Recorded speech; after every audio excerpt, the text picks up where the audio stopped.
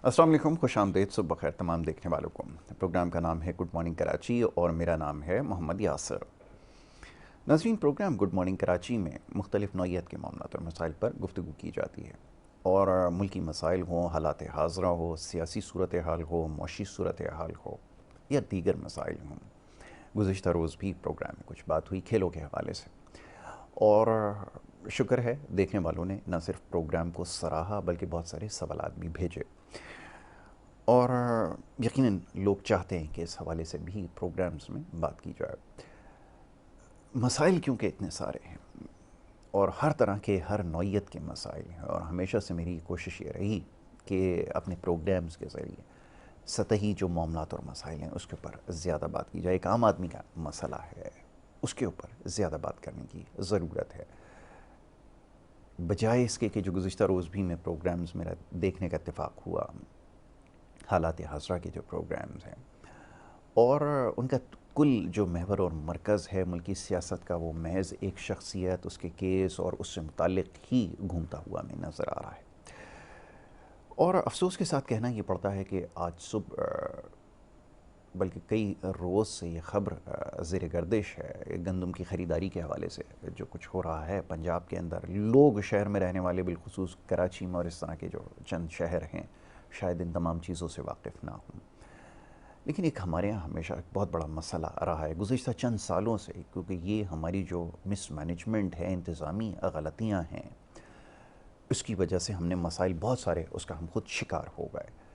अब वो दानिस्ता है नादानिस्ता है, इसके बारे में मैं कुछ नहीं कह सकता, लेकिन समझ में ये आता है कि ये सारे मामला क्योंकि पैदा किए इस तरह जा रहे हैं कि आने वाले वक्त में मसाइल का हमें सामना होगा। और मैं हैरान होता हूँ कि हमारे जितने भी इदारे इस वक्त मौजूद हैं जिनकी ये ज़िम्मेदारी है कि वो एक प्लान मरतब करें पाकिस्तान में रहने वाले लोगों के लिए, हर हवाले से, ख़ुराक के हवाले से, अजनास के हवाले से और दीगर मामलात के हवाले से वो अपनी ज़िम्मेदारी पूरी करने से कासिर हैं। अफसोस के साथ ये कहनी होगी बात।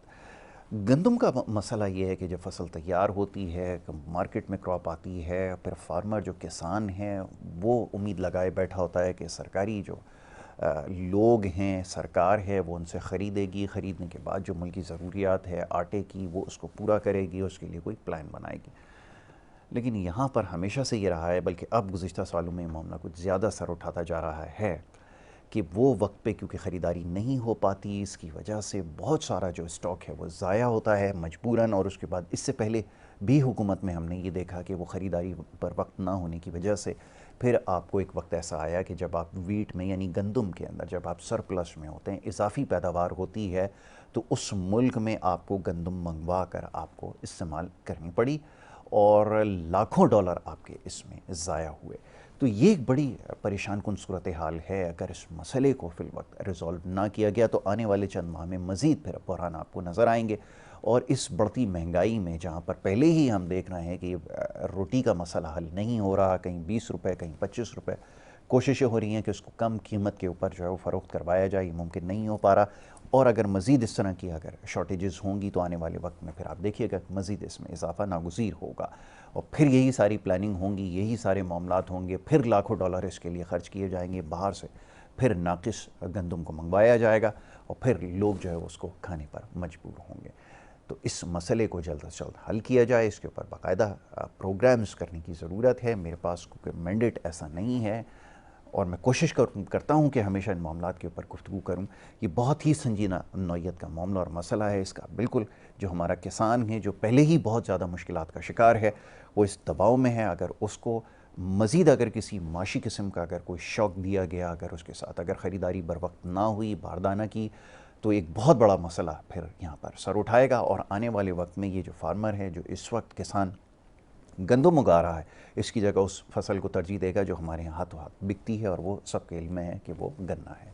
उसकी तरफ उसको फोर्स किया जा रहा है और उसके बाद फिर इसी तरह की सिचुएशन जो वहाँ पे भी क्रिएट की जाएगी।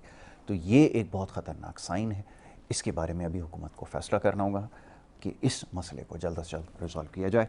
इसके अलावा भी और चंद मसाइल हैं, मैं किसका तस्करा करूँ। मैं वज़ीर ख़ज़ाना साहब को गुज़िश्ता रोज़ सुन रहा था, उन्होंने कहा कि अब मज़ीद जो है वो आवाम को अब टैक्स देना होगा। अब एक मसला एक और ये है, हमारे यहाँ के वज़ीर ख़ज़ाना जितने भी होते हैं वो बाहर से मंगवाए जाते हैं, क्योंकि पाकिस्तान में नहीं रहते, यहाँ के डायनामिक्स को, हालात को नहीं समझते, इस किस्म की बातें वो करते हैं। मेरे पास अल्फाज नहीं है, मैं इसको क्या नाम दूँ कि इससे पहले भी हुजूर सुन लीजिए, अगर आप तक ये बात पहुँच जाए कि जितने टैक्सेस हैं वो आवाम ही इस मुल्क में दे रही है।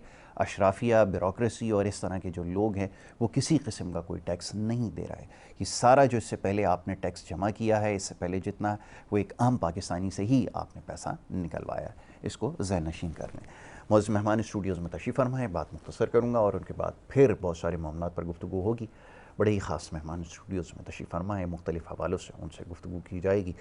आप एक प्रोफेसर हैं, उस्ताद हैं हमारे, और बहुत सारे दीगर लोगों के बहुत सारे तालीमी इदारों में अपनी खिदमत अंजाम देते रहे हैं और दे रहे हैं फ़िलवक्त भी। प्रोफेसर डॉक्टर तारिक रहीम सुमरो साहब हमारी दरख्वास्त पे हमेशा सुबह के वक्त जो है वो स्टूडियोज़ में आते हैं और उनसे बहुत सारी चीज़ें हमें समझने और सीखने का मौका मिलता है। हमारी बड़ी खुशकिस्मती है कि प्रोफेसर डॉक्टर तारिक रहीम सुमरो जैसे लोग हमारे पास मौजूद हैं। डॉक्टर साहब को मैं खुश आमदीद कहूँगा। डॉक्टर साहब बहुत शुक्रिया, बड़ी नवाजिश आपकी कि आपने हमें वक्त दिया, और आप जब भी आते हैं बहुत सारी चीज़ें हमें सीखने का मौका मिलता है। इब्तिदाइया में जो बात की वो आप समझ लें कि मैं, मौजू तो कुछ और था, इसके ऊपर बात करनी थी, उसी से उसका आगाज़ करूँगा। आखिर में ज़रूर चाहूँगा इसके ऊपर आप ज़रा गुफ्तगू कीजिए आईटी के हवाले से। तो खुशाइन बात यह है कि अब पाकिस्तान में जैसे जैसे आबादी में इजाफा हो रहा है, इकानमी में खुद ब खुद एक्सपेंशन होना शुरू हो जाता है, आईटी की तरफ गो कि इतनी मुश्किल पॉलिसीज़ हैं हमारे यहाँ, बिल्कुल कंड्यूसिव एनवायरनमेंट नहीं है किसी भी बिज़नेस के लिए, और आईटी के लिए तो वैसे ही नहीं, जहाँ पे गैजेट्स माशाल्लाह से लाखों रुपए में टैक्सेस उसके ऊपर लिया जाए, तो वहाँ तो मुमकिन है ही नहीं। डॉक्टर साहब, आपका तो बराह रास्त ताल्लुक़ इस शोबे से है, मैं चाहूँगा ज़रा इसके हवाले से बताया जाए कि मज़ीद अगर हमें अपनी एक्सपोर्ट्स को, आईटी एक्सपोर्ट्स को बढ़ाना है, इस कल्चर को फ़रोग़ देना है, एआई टेक्नोलॉजी की पूरी दुनिया में बात हो रही है, हर तरफ अब इसके ऊपर लोग काम कर रहे हैं, हम इसको कैसे प्रमोट करें? क्योंकि हमारे यहाँ जो तालीमी इदारे हैं, ख़ास तौर पे स्कूल की सतह पर जिस किस्म की तालीम दी जा रही है बहुत ज़्यादा सतही है, और ख़्याल ये है कि टेक्नोलॉजी में तो रोज़ाना की बुनियाद पर तब्दीली आ रही है और उसमें जिद्दत आती जा रही है, कैसे अडॉप्ट करेंगे और कैसे इसको इम्प्लीमेंट करेंगे, इस पे चाहूँगा ज़रा गुफ्तगू कीजिए। बिस्मिल्लाह। बहुत शुक्रिया। थैंक यू डॉक्टर साहब।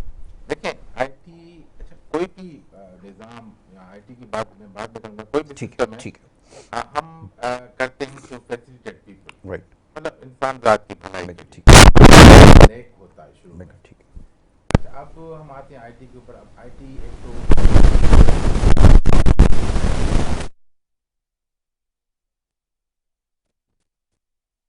इसमें कल ही मैं कुछ वीडियोस देख रहा था, क्योंकि मुझे अपने आप को भी अपडेट करना पड़ता है कि क्या हो रहा है।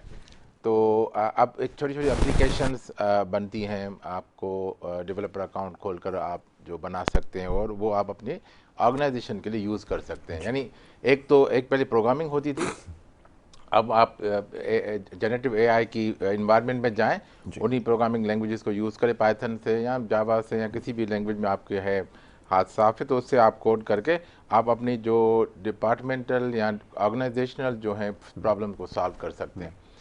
अब हम इस तरफ जा रहे हैं कि हम पर्टिकुलर प्रॉब्लम को उसी टूल के ज़रिए हम यानी जो टेक्नोलॉजी है उसको हमने यूज़ प्रॉपर करना है, मिस यूज़ नहीं करना। तो हमारे यहाँ जो ओवरऑल पाकिस्तान में ऐसा है कि जो अभी सारी चीज़ें जो हमने कुछ नहीं करना, असाइनमेंट करनी है, वो सब हम चैट जीपीटी के थ्रू जनरेट कर रहे हैं और फिर हम करें। अच्छा, हम शॉर्टकट के चक्कर में ज़्यादा होते हैं, तो हम वही काम कर रहे होते हैं कि हमारा काम आसान हो जाए। अच्छा, ठीक है, आसानी के लिए तो टेक्नोलॉजी है, लेकिन फिर एथिक्स और वैल्यूज़ को भी मद्देनज़र रखना पड़ता है। हमारा प्रॉब्लम ये है कि हमारा नौजवान नस्ल जो है वो टेक्नोलॉजी यूज़ तो कर रहा है, टेक्नोलॉजी को क्रिएट या जनरेट नहीं कर रहा। टेक्नोलॉजी से आपने कैसे काम लेना है, उस पर तवज्जो बहुत कम, बहुत यानी मैं 20 to 30% कहूँगा कि वो अच्छा काम कर रहे हैं, प्रोग्रामिंग कर रहे हैं। अच्छा, कोई भी चीज़ आप मुश्किल तो है, आपको मेहनत तो करनी पड़ेगी। ऐसा नहीं है कि आप उठे और आप एक दिन में आगे बैठ गए और आप एंकर बन गए। इसकी पूरी प्रीरिक्विजिट्स हैं, पूरी हिस्ट्री है। तो हमारा नौजवान, एक तो ये प्रॉब्लम है। अभी अगर देखें गुड न्यूज़ कि हमारे जो नौजवान हैं बहुत सारे वो फ्रीलांस पे काम कर रहे हैं, फ्रीलांस की वजह से कुछ डॉलर्स भी आ रहे हैं। अच्छा, हम जो आपने जैसे कहा कि जी टैक्सेस ऑन द गेजेस, अब हमें, मैं ज़रा चाइना की बात बताऊं। चाइना में उन्होंने क्या किया कि उन्होंने कहा कि जी आपने ये प्रोडक्शन करनी, एक पूरा सिटी था, उन्होंने कहा जी हम 5 साल आपसे बिजली फ्री आपको दे रहे हैं, आपने ये प्रोडक्शन निकालनी है। हमारे यहाँ इस किस्म की पॉलिसीज़ बनती ही नहीं हैं।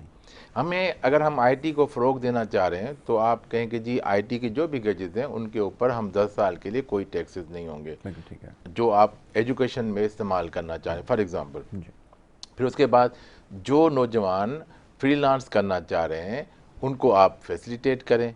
अब क्या हो रहा है कि जो या तो दो इस तरीके हो रहे हैं जो फ्रीलांस वाले, या तो उनका अपना इलेक्ट्रॉनिक अकाउंट है, ई अकाउंट है, उसमें आ रहे हैं पैसे, तो वो अच्छा। दूसरा तरीका ये कि मेरा कोई दोस्त भाई बैठा हुआ किसी और कंट्री में, मैं पैसे वहाँ भिजवा रहा हूँ, वहाँ से रेमिटेंस होकर पैसे मेरे पास आ रहे हैं। तो हमें ये जुगाड़ करने की क्यों ज़रूरत है? अगर हमें हुकूमत फैसिलिटेट कर ले कि जी आपके पैसे आप कमाएं और हम आपके पैसों को नहीं छेड़ेंगे, आप ये देखिए डॉलर्स आएंगे तो ही हमारा मसले हल होंगे।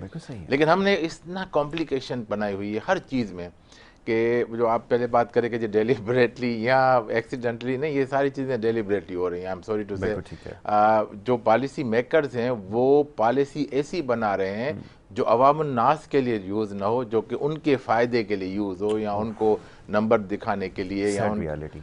जी, ये इश्यूज़ हैं।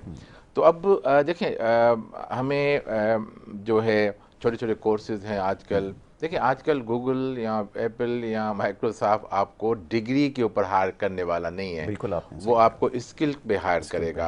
और वो छोटे छोटे से सर्टिफिकेट जो 2 महीने के 3 महीने के आप कोर्सेरा से करेंगे या जो है किसी और साइट से करेंगे, वो आपके पास आज, अच्छा वो सर्टिफिकेट भी उनको दिखाने की जरूरत नहीं, आपको काम आता है तो करके दिखा दें, टास्क दे देंगे। देखें मेरे दोस्त हैं काफ़ी यूएसए में, कनाडा में। अच्छा, हम यहाँ पर आपको देखें, मैं भी काफ़ी अरसे से यहाँ हूँ, हम यहाँ हर दफ़ा जहाँ जॉब के लिए अप्लाई करते हैं फ़ोटो कापियाँ करवाते हैं, अटैच करवाते हैं, यानी एक पूरा निज़ाम है। वहाँ एक सीवी देखते हैं। अच्छा, मुझे दोस्त में कनाडा में था, वो कह रहा था कि जी मैंने तो आज तक उनको अपनी डिग्री दिखाई भी नहीं है।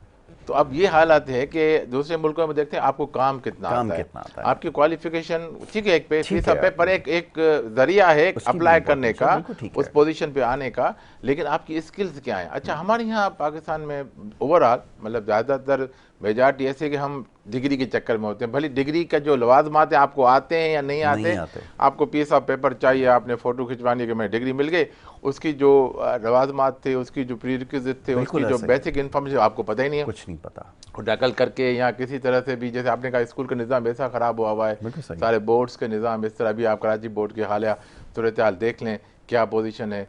तो ग्रेड्स अब ऐसी यूनिवर्सिटी पाकिस्तान में है कि वो ग्रेड्स को मानते नहीं, वो कहते हैं अब हम इंटरव्यू लेकर आपका एडमिशन लेंगे, क्योंकि आपके इन्फ्लेशन है ग्रेड्स में। और वो ऐसे इन्फ्लेशन वाले बच्चे हमारे पास आते हैं जो इनके 90% से अबव होती हैं इंटरमीडिएट मार्क्स, उनको एक सिंपल मैथ का जो है मेंटल मैथ का जवाब नहीं देख पा रहे होते हैं। मैं उनसे कभी पूछता हूँ, मेरे ये एक बड़ा मेरी रिसर्च है कि मैंने जब भी इंटरव्यू लेता हूँ तो 90% स्टूडेंट इंक्लूडिंग ए लेवल, ये मैं नहीं कह रहा कि सिर्फ इंटरमीडिएट, ए लेवल, उनको जब मैं सिंपल एक सवाल कहता हूँ कि जी 50, 75 और 100 का सम करें और एवरेज निकालें, तो इसे mental math middle number is the average, लेकिन वो अब 50 प्लस 75 अब उसमें कैलकुलेशन में लग जाते हैं और जवाब भी गलत देते हैं। तो अब ये जब हमारे हालात होंगे, जब हम इंटरमीडिएट या इवन बैचलर्स या मास्टर जिस तरह हम कर रहे हैं, तो आईटी भी उसी निज़ाम का हिस्सा है। आईटी भी वो एक डिग्री के तौर पर ले रहे हैं, लेकिन आईटी को एज ए स्किल लेना चाहिए। जब जो बच्चे स्किल ले रहे हैं वो अल्हम्दुलिल्लाह अच्छे कर रहे हैं, कामयाब हैं, कमा भी रहे हैं, उनको पता है कि कौन सा टूल है, कैसे काम करना है। तो आजकल जो आईटी की डिमांड है या जहाँ पैसा है वो स्किल के ऊपर है, डिग्री या पीस ऑफ पेपर पर नहीं है। तो हमें ये करना होगा, हम एक तो गवर्नमेंट की तरफ से भी, प्लस नौजवान भी। देखें अब नौजवान हमारा होता है कि वो कहता है पहली सीढ़ी बनी डायरेक्ट मैं छत पे पहुँचूँ, तो प्रीरिक्विजिट नहीं करूँ, मैं मेहनत नहीं करूँ और सब कुछ एकदम हो जाए, एकदम मुझे अच्छी जॉब मिल जाए, बड़ी गाड़ी मिल जाए, शादी हो जाए अच्छी सी, तो ऐसी सारी चीज़ें सब चीज़ें होंगी, सब होंगी, लेकिन स्टेप बाय स्टेप होंगी। आप थोड़ी सी मेहनत करें तो मैं अभी देख रहा हूँ तो 20 to 25% नौजवान हैं जो मेहनत कर रहे हैं और 70 to 75% जो है वो सिर्फ जुगाड़ पे लगे हुए हैं। एग्जैक्टली डॉक्टर साहब, अभी भी ज़्यादातर नौजवान जो सवालात भेजते हैं, जो हमसे रब्ता करते हैं, या हम जिनको पढ़ाने का मौका मिलता है, इस वक्त मैं देखता हूँ कि शॉर्टकट के चक्कर में और कोई ऐसा रास्ता दिखा दिया जाए कि जिससे जल्दी सक्सेस मिल जाए, सब उसी के बारे में पूछते सर हैं। देखें इसमें ये कैसे करें, क्या मुमकिन है? देखिए मैं इसमें मेरा एक मौक़िफ़ है, वो आप उससे एग्री करें या न करें, हमें पूरा निज़ाम बदलना पड़ेगा। ठीक है। प्राइमरी लेवल के ऊपर हमें एथिकल वैल्यूज़ और मोरल वैल्यूज़ को रखना पड़ेगा। और हम जब तक ये जो नई नस्ल बनेगी, देखिए आप चलें मेरे साथ सड़कों पे, आज मेरे एक दिन मेरे साथ आप वो एक दिन प्रोग्राम मेरे साथ करें कि जी मैं आपको दिखाऊंगा हर सड़क पर, कोई भी सड़क ले लें आप, रेंडमली पिक कर लें, वायलेशन हो रही होगी, बिल्कुल हो रही, पुलिस वाला बैठा खड़ा होगा, वो वायलेशन को एब्जॉर्व कर चुका है, बिल्कुल सही। यानी इतनी हद तक के हम कभी कभी हम सही जा रहे होते हैं, हमें रोकते हैं कि यार ये वाले जो हैं गलत वाले पहले निकल जाएं, रॉन्ग साइड वाले इनको जाने दो, उसके बाद। तो ये क्या है, टॉलरेंस खत्म है। हमें सिर्फ शॉर्टकट के चक्कर में। अच्छा, अब एक और भी था कि हुकूमत का क्या काम था कि फैसिलिटेट प्रोवाइड करते कि भाई आपने अगर यहाँ से ये टर्न करना, थोड़ा सा आगे जाएं और वहाँ से आप यू टर्न ले लें। यू टर्न बंद हो गए हैं। अब जब यू टर्न बंद हो गए सड़कों के, तो लोग कहेंगे भाई इधर मैं जाऊँगा तो 1 मील मुझे जाना पड़ेगा, 4 मिनट लगेंगे मेरा पेट्रोल, फिर 4 मिनट वापसी के। तो ये भी एक मसला है। तो हमारा एक पूरा देखें, हम पाकिस्तानी कौम, हम कौम तो हैं लेकिन वो हम जंगल में रहने वाली कौम है जिसको कोई रूल्स नहीं है, कोई। तो हमारे जब तक जो बेसिक हमारे नॉर्म्स नहीं सही होंगे, स्कूल से बच्चे जो अभी आज उनको हम सीधा करेंगे, तो 30 ईयर बाद वो जो माँ है, देखें माँ पढ़ी लिखी होगी तो कौम पढ़ी लिखी होगी, ठीक है। माँ इथिकल मोरल वैल्यू माँ की हाई होंगे तो बच्चे के भी इथिकल मोरल वैल्यू हाई होंगे। और हमारी माँ आज क्या है, वो मोबाइल के ऊपर बैठी हुई है और सारा दिन टिकटॉक रिकॉर्ड कर रही। हम कौम को टिकटॉक के ऊपर भेजा क्योंकि वहाँ से तो पैसे मिल जाते हैं। बिल्कुल सही, ठीक है। तो एक भी वीडियो वायरल हो गई तो आपके पैसे पक्के हो गए।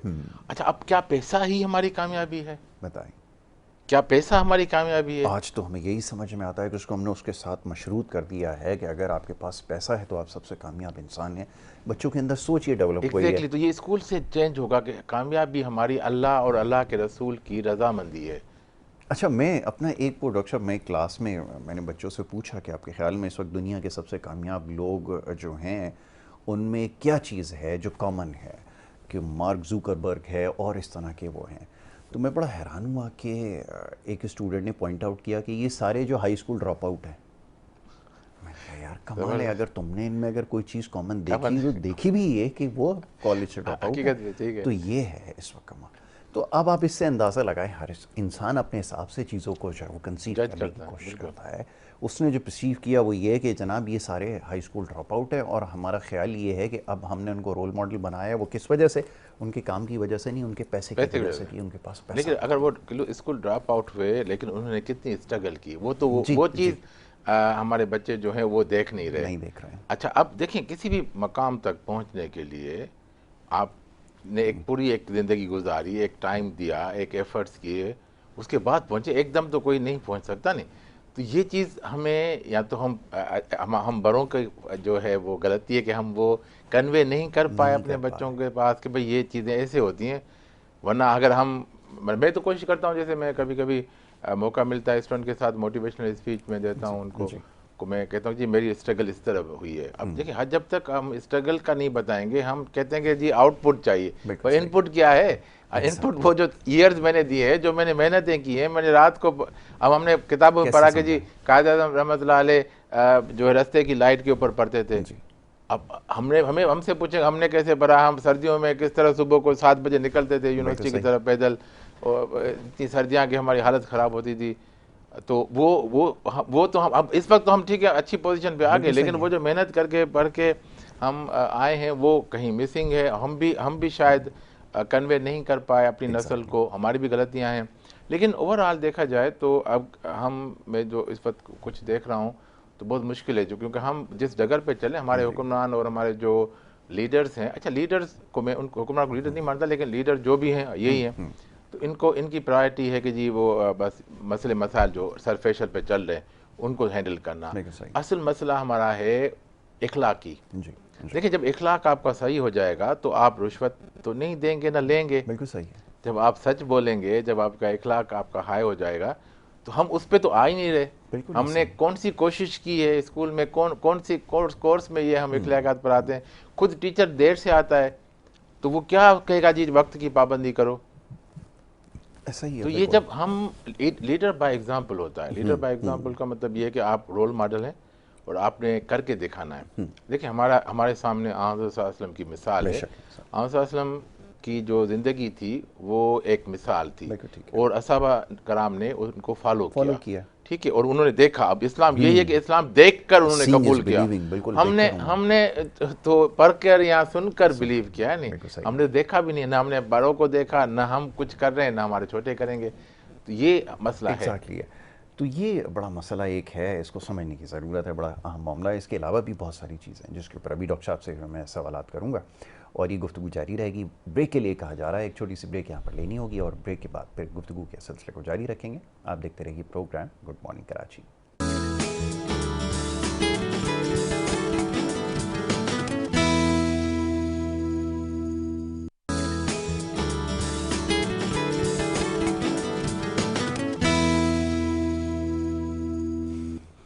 वेलकम बैक जी। एक दफ़ा फिर आपको खुश आमदीद कहेंगे।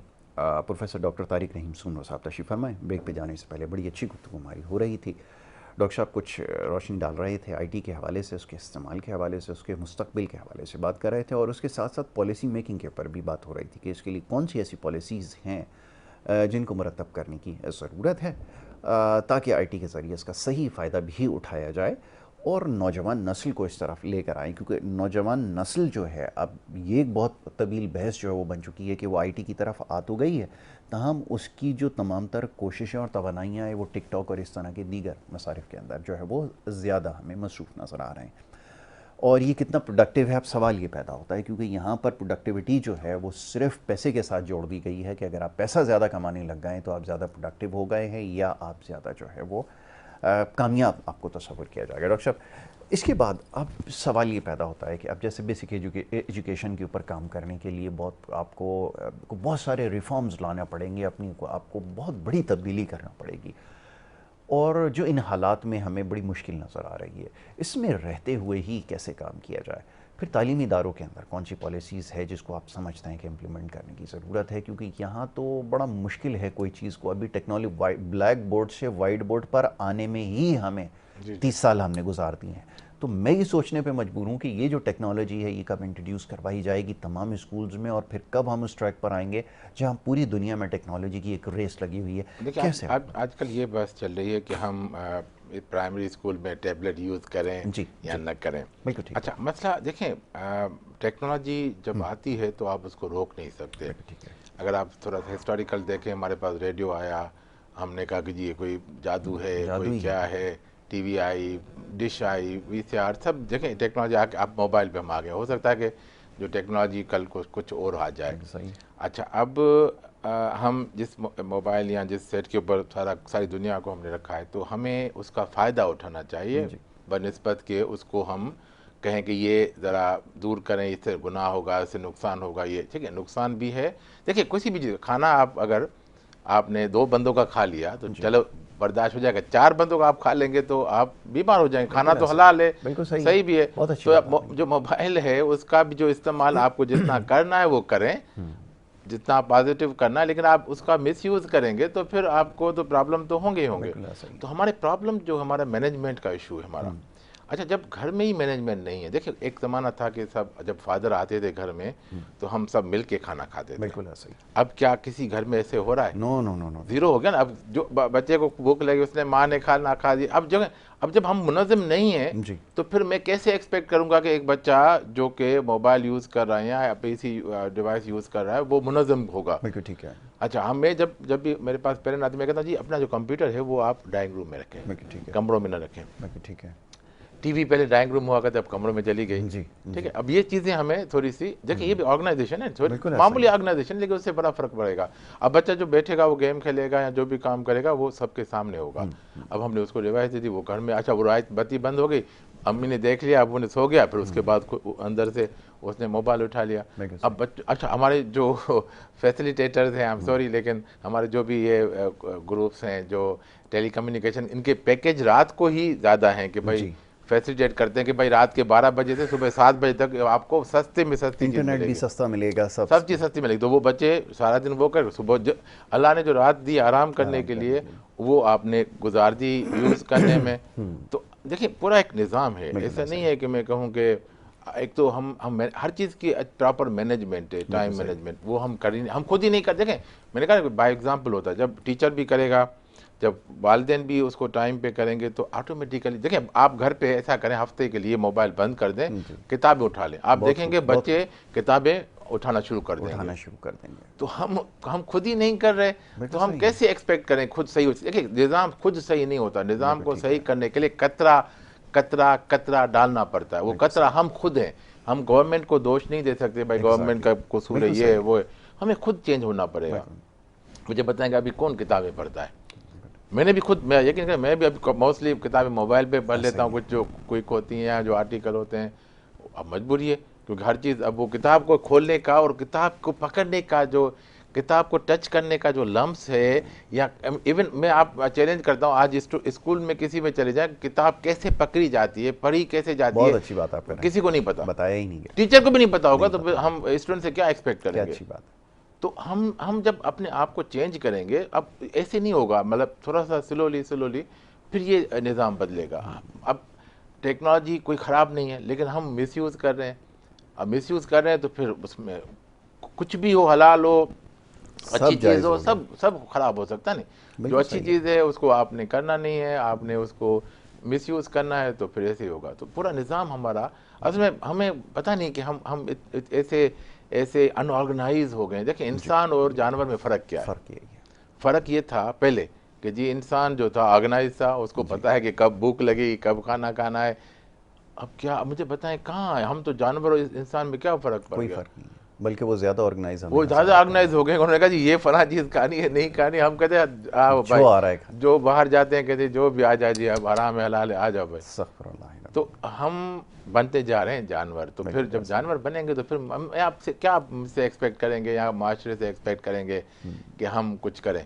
Everything is unorganised. डिसिप्लिन लाना पड़ेगा आपके ख्याल में सबसे पहले। देखिए ये डिसिप्लिन के बगैर आपके काम हो नहीं सकता, नहीं हर चीज़। अब देखिए आपका प्रोग्राम है 9 बजे शुरू होना है, 10 बजे ख़त्म होना है। अगर आप कहेंगे नहीं अब मर्जी है 10 बजे शुरू करते, तो कौन देखेगा? कैसे होगा, निज़ाम कैसे चलेगा? अच्छा मैं कभी ये डॉक्टर साहब सोचता हूँ, आप तो ज़्यादा इसके ऊपर बेहतर जान सकते हैं कि हमें कायद आज़म रहमतुल्लाह अलैह ने बड़ी अच्छी चीज़ें 3 बताई जो उनके प्रिंसिपल्स से, यूनिटी, फेथ, डिसिप्लिन। आप कुछ ना करें बेसिक एजुकेशन के अंदर, इन 3 चीज़ों को ढंग से एक्सप्लेन कर दे कि 3 प्रिंसिपल्स हैं क्या, ये बेसिकली काम क्या करते हैं। आप छोड़ें, आप उसको ABCD ना पढ़ाएं, आप उसको मैथमेटिक्स ना पढ़ाएं, आपको कुछ ना पढ़ाएं, यूनिटी, फेथ और डिसिप्लिन आप इसको एक्सप्लेन करते हैं, उस बच्चे को बचपन से समझाना शुरू कर दें। जी जापान, अपना जो है फिनलैंड, ये ऐसी कंट्रीज़ हैं जहाँ ये तीनों चीज़ें बच्चों को पढ़ाई जाती हैं और उनको कोई एग्ज़ाम नहीं होता, उनको समझाया। आपने बहुत सारी वीडियो देखी होंगी कि क्लास में उन्होंने डेलीबरेटली चीज़ें फैला दी। जैसे बच्चे क्लास में, उन्होंने पहला काम किया, उनको सबको उठाकर ऑर्गेनाइज किया। तरबियत उनकी ऐसी है नहीं, हम खुद ही नहीं। अच्छा घर में जब मैं खुद कचरा या टिश्यू यूँ फेंकूँगा, डस्टबिन में नहीं फेंकूँगा, तो बच्चा क्या सीखेगा मुझसे?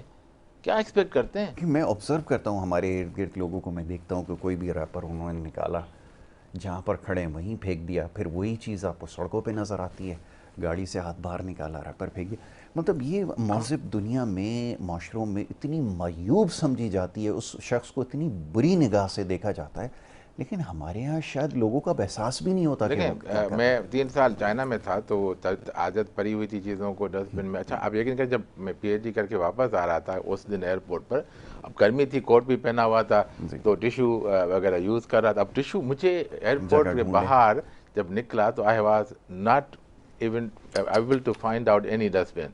तो वो फिर मैंने कोट के जेब में रख दिए।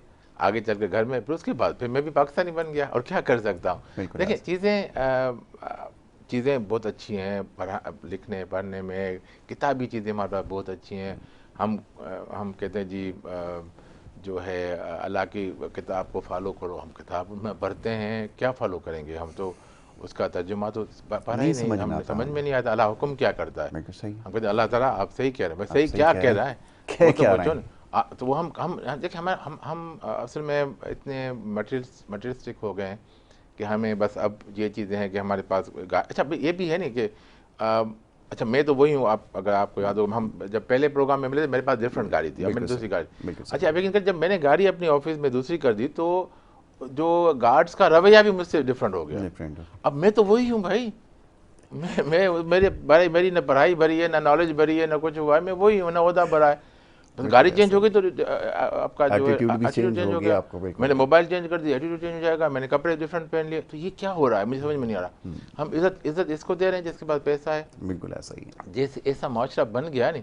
अगर मैं इज्जत उसको दूँ जो साइकिल पे आ रहा है, वो मेरा उस्ताद है और मैं रुक जाता हूँ। पहले होता था कि एसपी डीएसपी जब उस टीचर गुजरते वो गाड़ियाँ अपनी रोक देते थे उनके लिए, और वो शो करते थे, उनको उनके पाँव चूमते थे।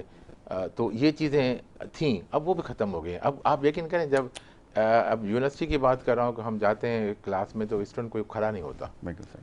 हम जब स्टूडेंट यूनिवर्सिटी थे तो हम स्टूडेंट टीचर के लिए खड़े हो जाते, इवन अगर हम लाइक भी करते थे या नहीं करते, लेकिन जो इज्जत देनी है टीचर को करते थे। यहाँ वो पूरा मैकेनिज्म खत्म हो गया, पूरा मतलब यानी घर में क्या वो बच्चा अपने वालिद वो बैठा होगा कहीं पर तो वालिद के लिए उठेगा नहीं उठेगा। तो जब ऐसे हालात हो गए हैं तो अब मैं वो ज़माना वापस तो नहीं आ सकता, हम आगे जा रहे हैं। अब हम आगे जा रहे हैं, मैं बातें बहुत पुरानी कर रहा हूँ नहीं, मैं बातें आज ही की कर रहा हूँ। हमें ऑर्गेनाइजेशन करनी पड़ी, जैसे आपने कहा कि जी यूनिटी। अब यूनिटी क्या है?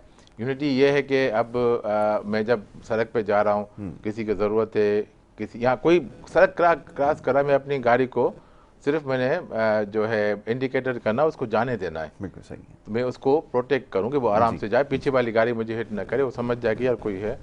अब यूएई में मैं था तो एक दिन मैंने देखा कि किसी ने गाड़ी का आगे मुझसे कर लिया, फिर वो बेचारा उतरा, क्या हुआ उसने देखा कोई बिल्ली गुजर रही थी। अब जब हम बिल्ली का भी ख्याल करते हैं तो इंसान ज़ात का तो ख्याल ज़्यादा करना चाहिए। अभी कुछ वीडियो चल रही पुरानी या नहीं कि वो खातून ने पुलिस वाले के ऊपर मार दी, एक पुलिस वाला बेचारा शहीद हो गया था गाड़ी की। हम मतलब वो पता था कि मैं मार रहा हूँ, तो हमारी ज़हनियत मुजरमाना हो गई है। हम जो है इंसान की कदर ही नहीं करते। अच्छा हम दो ग्रुपों में बट गए, एक प्रिविलेज ग्रुप है और एक नॉन प्रिविलेज ग्रुप है।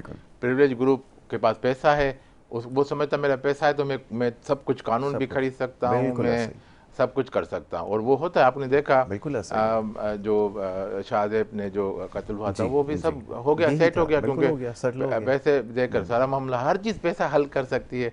तो फिर हमारा बच्चा क्यों नहीं सोचेगा कि ठीक है भाई पैसा ही कमाओ, तो टिकटॉक से मिले या किसी और से मिले, पैसा कमाओ, पढ़ाई की क्या ज़रूरत है। हमने जो कामयाबी का जो जाविया था वो हमने गलत कर दिया।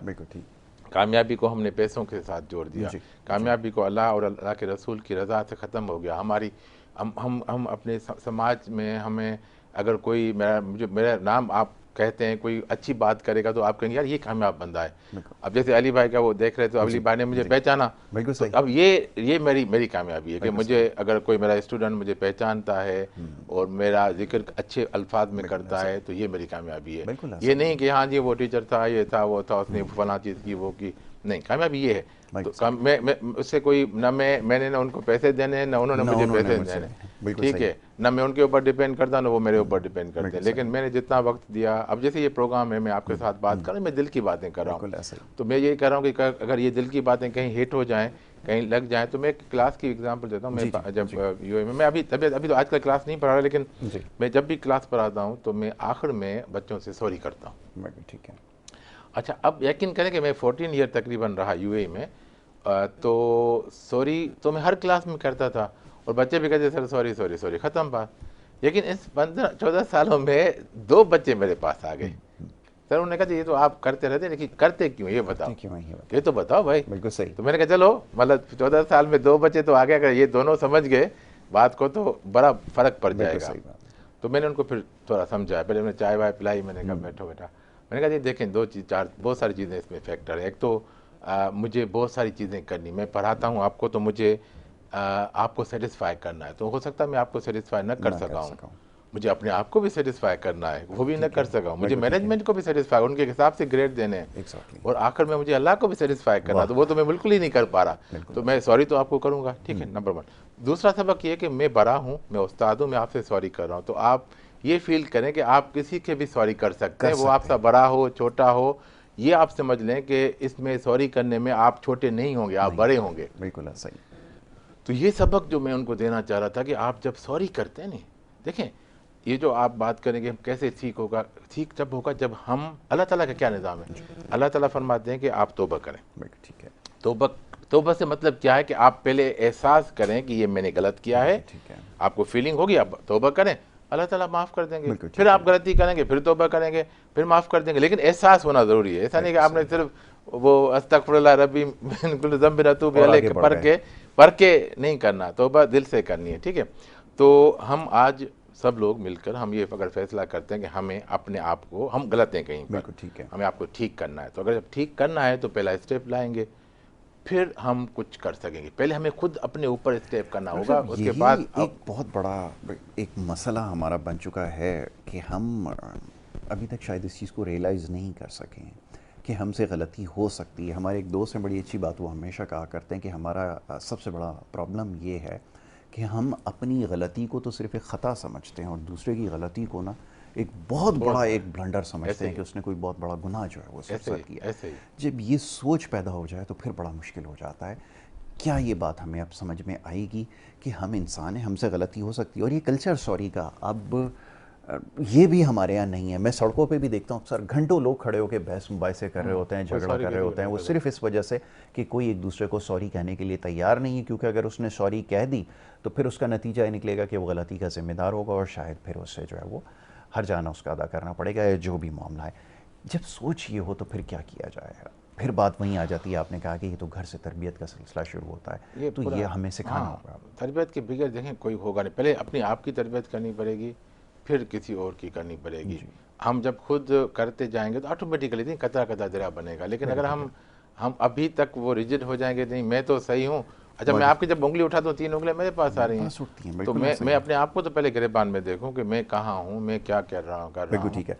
डॉक्टर साहब अब वक्त मेरे पास क्योंकि महदूद है, और आप जब भी तशरीफ़ लाते हैं मैं आपसे शेर ज़रूर सुनता हूँ, और उसके बगैर प्रोग्राम मेरा मुकम्मल नहीं होता, क्योंकि डॉक्टर साहब जो हैं वो बड़ी अच्छी शायरी भी कहते हैं, बड़ी आम फहम और बड़े सादा अल्फाज में बड़े खूबसूरत मामलात की निशानदेही भी करते हैं, और कुछ और भी मामला जैसे प्रोग्राम की इब्तिदा में जैसे बात हो रही थी। और डॉक्टर साहब का माशाल्लाह तखल्लुस बड़ा मुनफरिद है। आपने ख़ुद को जो है वो देहाती अपना तखल्लुस जो है वो रखा हुआ है, और बड़ा दिलचस्प है ये। इसके पीछे क्या वजह है ये तो अक्सर डॉक्टर साहब से मैं पूछता हूँ। आज भी मैं एक दफ़ा फिर ये पूछूंगा कि इसकी वजह क्या है, और फिर मैं ज़रा एक आम मामले की तरफ जो है वो निशानदेही जैसे मैंने इब्तिदा में की थी। डॉक्टर साहब उसके भी और तखल्लुस बड़ा जी जी बहुत ही यूनिक है। यहाँ तो अच्छा, लोग बड़े हाँ बड़े वो असल इनकलाबी वो में, रखते हाँ हैं। जी जी, असल में उर्दू में देहात कहते हैं गांव को। जी जी। अच्छा, टेक्निकली स्पीकिंग हमारे गांव का नाम ही देहात है। देहात है। अच्छा, और ये वो शहर है, मतलब चचनामा एक सिंध की तारीख जी के जी। ऊपर एक बड़ी मुनफरद और मुस्तनिद किताब है। उसमें 2 सिटीज़ का जिक्र आया है जब मोहम्मद बिन कासिम इंटर हुए, एक शिकारपुर का और एक देहात का। जी जी। और देहात उस वक्त यानी किनारा था, तो वहाँ पर लंगर अंदाज हुए और एंट्री उन्होंने आई मोहम्मद सी। बिन कासिम ने बिल्कुल देहात सही, से ली है। देहात सही। अभी भी जो देहात हमारा गांव है वो सिर्फ 3 से 4 किलोमीटर दूर है दरिया से। जी। पहले दरिया उधर उधर था, अब वो थोड़ा पीछे हो गया है, तो ये देहात उससे है। तो फिर बिल्कुल मैं, ठीक मेरे है। जो परनाना थे वो एक आलिम थे, उन्होंने अपना तखल्लुस देहाती रखा, तो फिर मैंने भी अपना वाह जी तखल्लुस वाह, देहाती हो गया। देहाती रख लेकिन दिया वो है। हमारे यहाँ क्योंकि अब फी ज़माना आपको पता है जैसे हम लोग हाँ मॉडर्नाइज हाँ हाँ, हुए ना, देहाती पेंडू अब हमने कहते एक हैं जी। लाइन ड्रॉ कर दी कि हाँ डॉक्टर साहब अगर हम किसी को अगर वो कहना होता है ना कोई बड़ा हाँ ओल्ड फैशन जी, है यहाँ तो या बड़ा देहाती हुआ है है, तो पेंडू है, ये ये देहाती है, देहाती है, पेंडू है। ये कहा जाता जी है। जी, तो हम नहीं तो नहीं, बड़े हाँ बदकिस्मत लोग हैं, तो इसीलिए मैंने कहा डॉक्टर साहब ने इतना बड़ा रिस्क जो है वो लिया है। नहीं नहीं, तो इसमें ये कोई जी मैं देखिए, एक नहीं मोहब्बत है, होनी एक, चाहिए, एक बिल्कुल नहीं अपने, होना जी जी, चाहिए सर। बिल्कुल देहात में बिल्कुल बड़े बड़े आलिम बिल्कुल। फाजिल आप जैसे लोग जब हैं तो अब आप समझ लें कि देहाती होना जो है वो कोई बड़े मसला नहीं उसमें है। मसला नहीं है। जी डॉक्टर साहब क्या ये वो कहेंगे? आपको पहले सुना चुका, मतलब आज के जी जो जी, एक दफ़ा हालात थे फिर उसी सुनाइए हिसाब हालात से, के हिसाब से। हालात के हिसाब के, चुप कर जा लब सिले हुए हैं, लफ्ज़ में चुप कर जा लब सिले हुए हैं, लोग यहाँ पर मिले हुए हैं, मिले हुए हैं। बहुत खूब, हक बहुत की खूब। बात न करना पगले, अहले हक सब बिके हुए बिके हैं, हुए हैं। चुप कर हाय जा हाय हाय। लब सिले हुए हैं, क्या दीवारों के कान सुने थे, रस्ते आंखें बने हुए वाह हैं, वाह चुप वाह कर वाह जा वाह। लब सिले हुए हैं। मुस्लिम को मुस्लिम कहने पर हम्म। मुस्लिम सारे डरे हुए हैं। डरे हुए हैं। हालात देख लें, चुप ऐसे कर ही, जा बिल्कुल लब ऐसे ही। सिले हुए हैं। गरीब का मरना यहाँ है सस्ता, अमीर परदेश में छुपे हुए हैं, वाह वाह वाह। चुप कर जा लब सिले हुए सिरे हैं। में। गुर्बत यहाँ पर बड़ा जुर्म है, मुजरिम दूध के धुले हुए हैं, वाह वाह वाह वाह, चुप क्या कर जा कहने हैं, लब बहुत खूब, सिले हुए बहुत हैं। खूब। गम न करे दिल देहाती, गम न करे दिल देहाती, उम्मीद से दामन भरे हुए हैं, भरे हुए हैं। चुप कर जा लब सिले हुए सिले हैं, हुए हैं। लोग यहाँ पर मिले हुए हैं। क्या कहने हैं, बहुत बहुत खूब डॉक्टर साहब, बहुत खूब। डॉक्टर तारिक रहीम सुमरो साहब जो है वो हमारे साथ यहाँ पे मौजूद, और बड़ी अच्छी गुफ्तगू हमेशा डॉक्टर साहब से होती है, बहुत कुछ सीखने का हमें मौका मिलता है, और इसीलिए जब भी हम मदऊ करते हैं बहुत सारे सवालों के जवाब मिलते हैं। ख़ास तौर पे हमारी हमेशा से कोशिश ये रही है कि हम ये जो हमारे तरबियत का एक बहुत बड़ा मामला और मसला है, हमेशा इसके ऊपर बात करते आए हैं कि इसके ऊपर ध्यान देने की इस वक्त सबसे ज़्यादा ज़रूरत है। और जिस किस्म के मसाइल अब सामने आ रहे हैं, अब देखा ये जा रहा है कि सबसे बड़ा प्रॉब्लम जो हमें जिसका सामना है वो यही है कि हम, क्योंकि तरबियत में हमारी ये चीज़ें शामिल नहीं हैं, वो आहिस्ता आहिस्ता बिगाड़ पैदा होते होते वो माशरे में हमें नज़र आता है। और उसकी वजह ये कि जब भी हम किसी शख्स से उसकी ख़राबी की वजह पूछते हैं कि ये जो ख़राबी आपकी वजह से पैदा हो रही है, पहले तो उसको उसका इदराक ही नहीं है कि अगर वो सड़क के ऊपर कचरा फेंक रहा है या सिग्नल तोड़ रहा है और इस तरह के अगर किसी और चीज़ का शिकार वो है, तो उसकी वजह क्या है और उसका क्या नतीजा निकल सकता है। उसको जब तक इन तमाम चीज़ों का इदराक नहीं होगा तो फिर हर शख्स इसी में हिस्सा डालता चला जाएगा। जिस तरह बुराई में, ख़राबी में हर शख्स अपना हिस्सा डाल रहा है, अगर अच्छाई में अगर हिस्सा डालना शुरू कर दे तो आप यकीन करेंगे बहुत तेज़ी से फिर हमें सुधार नज़र आएगा।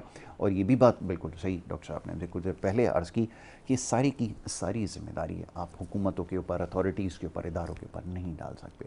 जो आप अपने हिस्से की ज़िम्मेदारी है शायद वो भी अदा नहीं कर रहा है। अगर वो अदा करना शुरू कर देंगे तो फिर आप देखेंगे लामहला हमें चीज़ों में बतदरीज बेहतरी नज़र आना शुरू हो जाएगी। एक दफ़ा फिर प्रोफेसर डॉक्टर तारिक रहीम सुमरो साहब का बड़ा शुक्रगुजार हूँ कि उन्होंने प्रोग्राम में वक्त दिया, शामिल गुफ्तगू रहे।